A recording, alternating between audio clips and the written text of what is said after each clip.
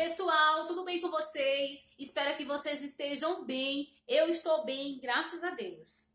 Meus queridos, a mensagem que eu quero trazer para vocês hoje é a história do profeta Jonas, tá? É uma história emocionante e eu quero que você viaje comigo nessa história, tá? Venha viajar comigo, sim.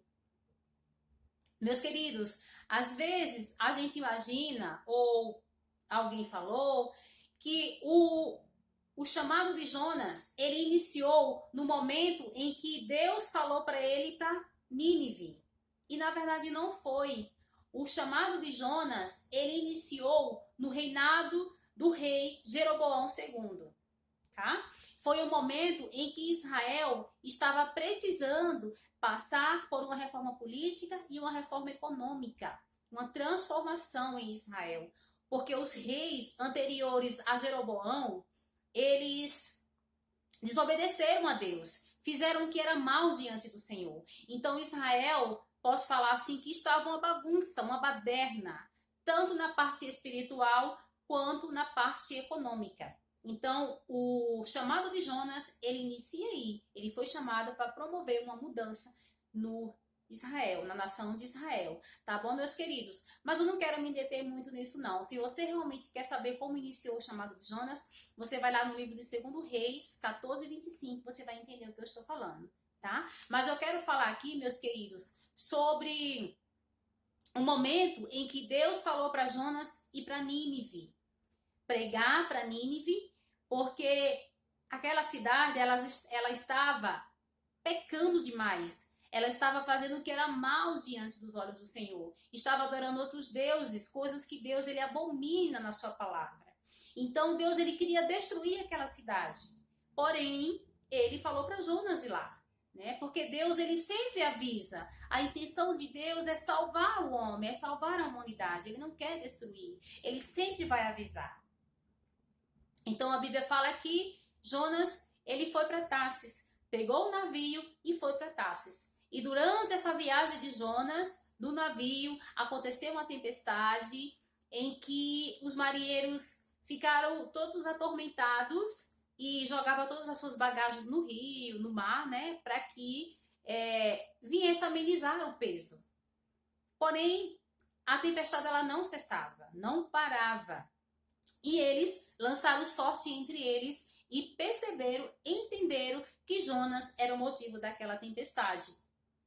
Então a Bíblia fala que eles foram até Jonas, falar com Jonas, quem era Jonas, fizeram um monte de questionamentos com ele e ele acabou falando de onde ele era, a que Deus ele servia. Então os marinheiros perguntaram, mas agora o que é que nós fazemos contigo? Aí ele falou, me lança ao mar. Se você me lançar ao mar, a tempestade ela vai parar, porque eu sou o causador dessa tempestade. Porém, a Bíblia diz que os marinheiros não queriam jogar Jonas ao mar, porque eles não queriam se sentir culpados da morte de Jonas.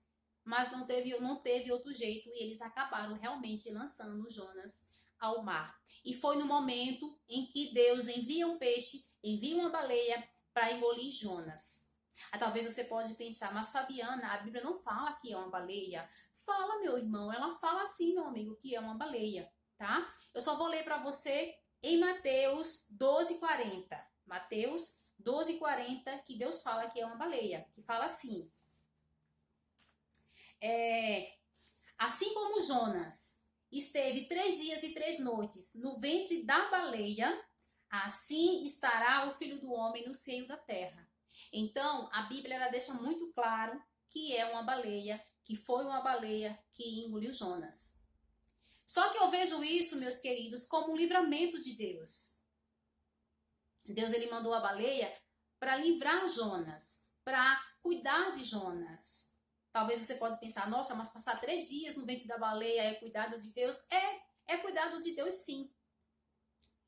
E Jonas, será que Jonas sabia nadar? Você acha que Jonas ia conseguir passar 3 dias e 3 noites nadando? Não ia, não ia. Então Deus ele cuidou de Jonas, mandando a baleia para cuidar dele, né?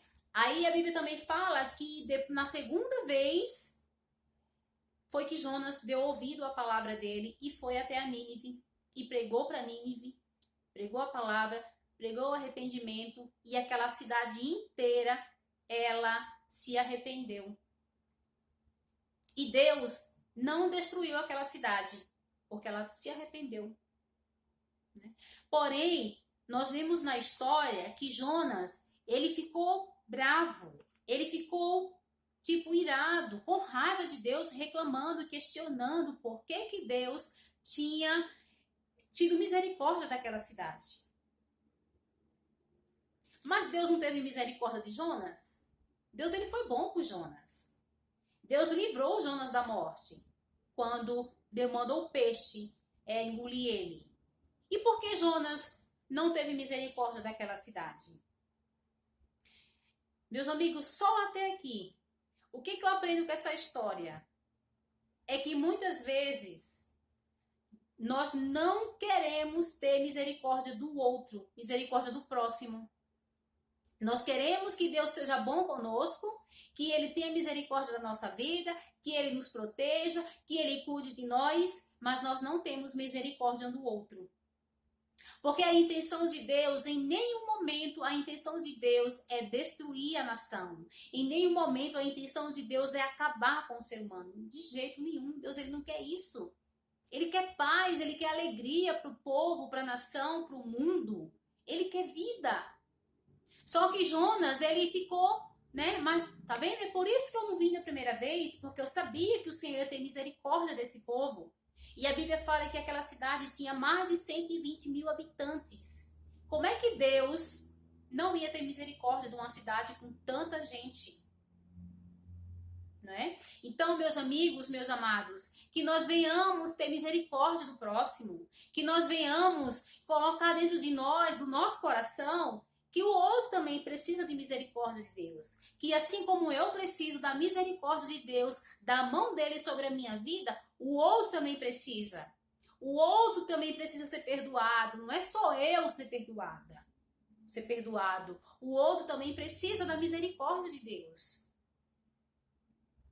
E que nós venhamos ficar felizes com a mão de Deus sobre a vida das pessoas.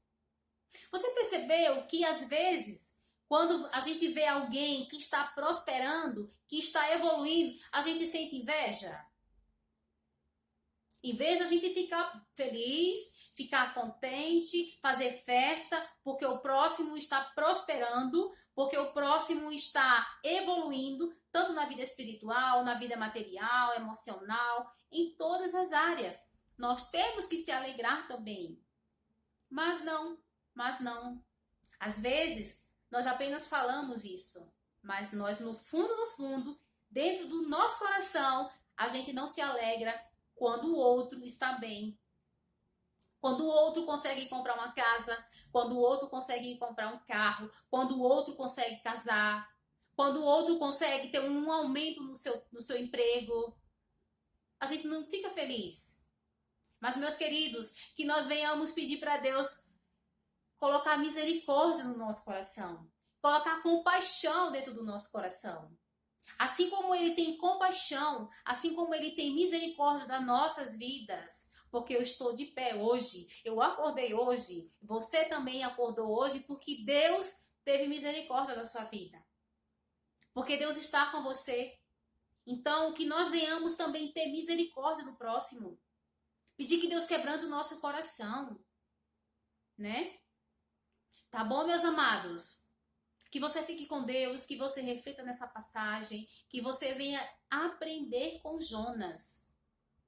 Só que eu vejo também que Jonas, Deus usou ele também ali no navio. Porque a Bíblia fala que os marinheiros, eles passaram a acreditar em Deus. Eles passaram a confiar em Deus. Né? Eles tinham outros deuses, mas eles passaram a acreditar em Deus, a confiar em Deus, pelo livramento que Deus deu. Então, meus queridos, Deus, ele sempre vai encontrar uma forma de falar com alguém sobre algo que aquela pessoa está fazendo. Deus nunca vai te deixar na mão, nunca. Sabe aquela vozinha que vem no seu ouvido, no meu ouvido, no nosso ouvido, quando a gente quer fazer algo de errado e vem aquela vozinha dentro de nós e fala assim, não faz, isso é errado, Deus, ele não vai se agradar. É uma vozinha que vem no nosso ouvido, isso é Deus falando conosco, isso é o Espírito Santo falando conosco. E o que que acontece? A gente vai lá e faz mesmo assim aquilo de errado. Só que Deus, ele falou. Deus falou. Ele nunca fica sem avisar.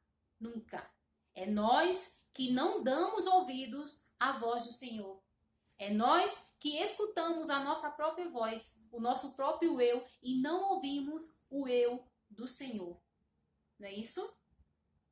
Tá bom, meus queridos? Então, essa é a mensagem de hoje, tá? Que nós venhamos realmente ter misericórdia do próximo, que nós venhamos realmente ter compaixão do próximo, tá bom? Que Deus abençoe a sua vida, que Deus abençoe a sua casa, os seus projetos, os seus sonhos, tá? Que você seja uma bênção em tudo, em todas as áreas da sua vida, tá bom, meu amado? Fica com Deus e até o próximo vídeo. Tchau, tchau!